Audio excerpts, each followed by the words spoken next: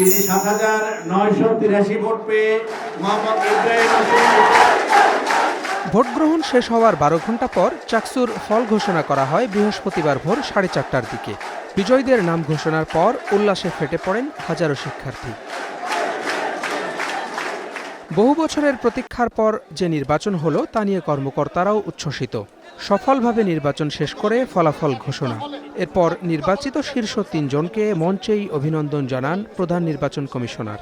অত্যন্ত সৌভাগ্যবান যে চাকসুর এই সপ্তম আয়োজনে একটি সফল আয়োজন শেষ করে নির্বাচিতদের নাম ঘোষণা করলাম। আমি চাই আজকে বিজয়ী বিপি রনি, জিএস সাইদ বিন হাবিব এবং যুব সাধারণ সম্পাদক আইয়ুবুর রহমান তৌফিক একটু স্টেজে আসুন। এদিকে ২৬ সদস্যের চাকসু প্যানেলে ভিপিজিএস সহ ২৪টিতেই জয়ী শিবির সমর্থিতরা।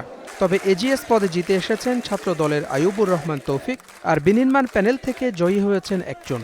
ফলাফল ঘোষণার পর বিজয় মিছিল না করলেও স্লোগানে স্লোগানে মুখর করে রাখে শিবিরের নেতাকর্মীরা। আর নির্বাচিত নেতারা প্রত্যয় ব্যক্ত করেন সবাইকে নিয়ে কাজ করার। আমার নির্বাচনী যাত্রাটা শুরুই হয়েছিল মুন্না ভাইয়ের হাত ধরে।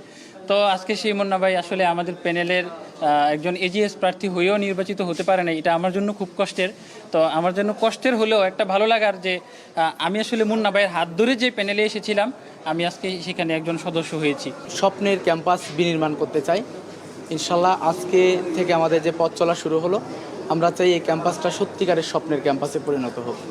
আমাদের অনেকেই প্রতিদ্বন্দ্বিতা করেছে এক একটা পদে, তো আমরা চাই সবাইকে নিয়ে সবার চিন্তাকে অ্যাকোমোডেশন করেই আমরা একটা সুন্দরভাবে যেন চাকসুকে পরিচালনা করতে পারি।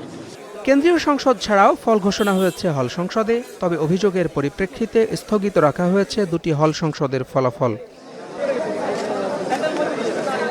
চাকসুতে এবার ভোট দিয়েছেন 65% শিক্ষার্থী। এর মাধ্যমে 44 বছর পর চাকসুর নেতৃত্বে ফিরল ছাত্র শিবির।